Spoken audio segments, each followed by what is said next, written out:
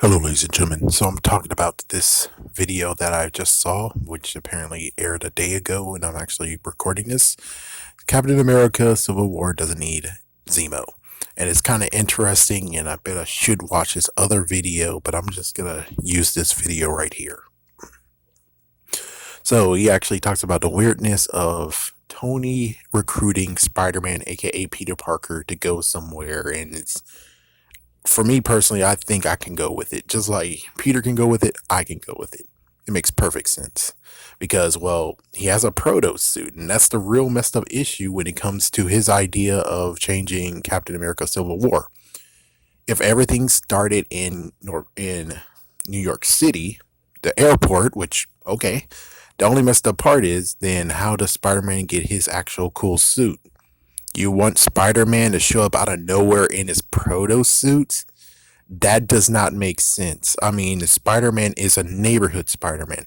Yes, it's happening in keep on trying to say North America, but it keeps happening in New York City. Yes, but he does small stuff. This Avengers thing, this big spat that's going on in the airport, that's not him. That's not something he should be dealing with. And plus, it's the Avengers. He most likely he's gonna, if he swings by, he's like, whoa, this is unbelievable.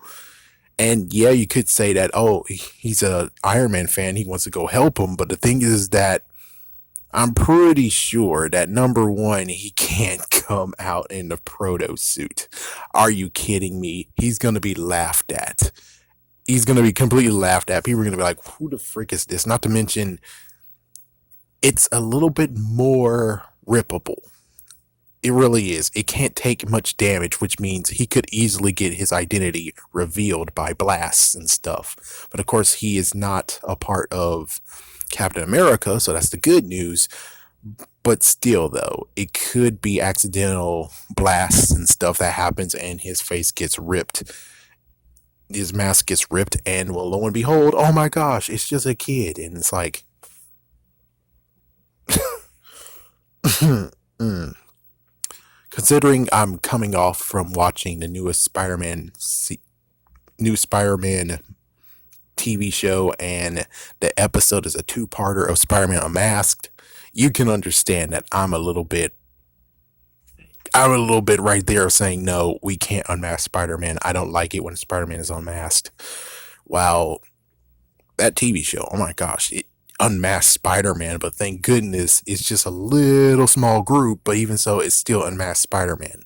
It gives you the question of when did Dr. Connors notice or realize that Peter Parker is Spider-Man?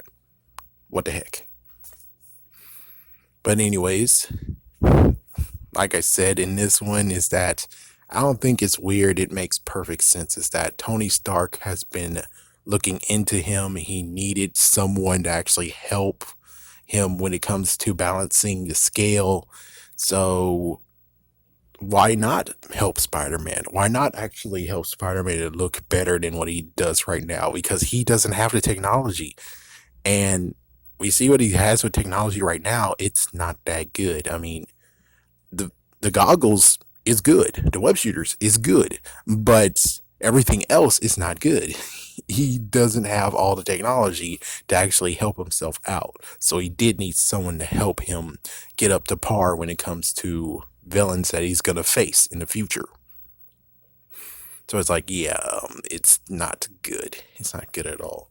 Not to mention when it comes to Ultimate Spider-Man, if we're going to even talk about that part, is Ultimate Spider-Man, he got his costume not because he knows how to sew. He can't sew worth crap. Instead, he actually got it from a wrestling ring. He only just put the Spider-Man emblem on it and web design on it. That's it. So, yeah, not to mention when it gets ripped, he has to go to MJ and MJ sews it back together. So, you can see that Spider-Man in Ultimate Universe, which is based off of, can't actually make his suit. He can't do it. He doesn't do it. So, yeah, I'm sorry, but he's not like the other two. Which, yeah, I think so. Yeah, it's not like the other two that came before him. So it makes sense that Tony Stark actually finds Spider-Man. It makes sense. It doesn't seem weird or anything, because it's like, it's weirder that you think Spider-Man is actually crazy enough to get himself caught up in this mess. Not really. There is a likely chance he would actually web to the airport and actually say, "Oh, I gotta help out." But there's other times where it's like, this might be too much. I don't know who is on whose side. So it's like, yeah, versus if the movie version, he knows who's on whose side and he knows who he's supposed to actually defend against and etc. So it's like, yeah, I'm sorry, your idea, Nando, it's not good. It's not good at all unless you're going to nail it a little bit more, which again is going to be like the question of, okay, Spider-Man does have his suit. How did he get his suit? How did he get it? Because if Tony Stark isn't a part of this, then how does he make his suit? How does he make it all the bells and whistles we see previously? How does he do it? That's the messed up question of where it's like, yeah, if you take this out of the equation, how does that work? Are you going to try to say that, yes, he should be in a proto suit, which would be laughable? And I think everyone who is watching the movie who wants Spider-Man back, this is not going to work. Everyone's going to be a little bit pissed off that, oh my gosh, Spider-Man's back, but what the hell is he wearing? This proto suit, what the hell? And it's like, yeah. The only way how that makes it bittersweet is that Tony Stark says, "Thank you for what you've done. I know who you are. Here is an actual suit you can wear. I modified it and made it actually cooler than the one that you have. It's better." It's like, yeah, and then we don't even get to see him put it on until Spider-Man Homecoming. That's got to make people angry. So I'm sorry. I'm sorry. I wish I could be on your side, but the thing is that I can't.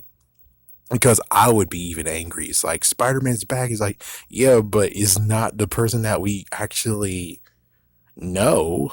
It's beforehand. And it's like, do we really want to see his beforehand? It's like, yes, we want to see his proto suit, but we do want to see Spider-Man as is, as he usually is, before we see the proto suit. So that's the messed up hold up here of it all. And note, I remember that years ago, I actually did talk about the whole wait until Tony Stark knows what happens. And it's kind of crazy that it happens finally. A reveal of Winter Soldier killed his parents, but it didn't go the way that I figured, which is he's going to take down Hydra himself. Sadly, Hydra got taken down in a Captain America movie, Winter Soldier, when we actually found out. So Hydra crumbled. Well, actually, no. They still have a little bit when it comes to Age of Ultron. So I guess that does work, but I kind of want a bigger payoff of the whole, y'all guys killed my parents? Seriously? You would hope that actually is like a big freaking rage go on. You would kind of hope that he gets the big armada he had in Iron Man 3 and just straight up obliterate everything Hydra related. I wanted to see that. Now that would be a revenge instead of going after the person that they brainwashed to do it. No, I kind of wanted him to go against Hydra themselves and destroy them and obliterate them. It's bittersweet, but he does know now, but it's still bittersweet. Anyways, I'm out. Tell what you guys think about this. Peace.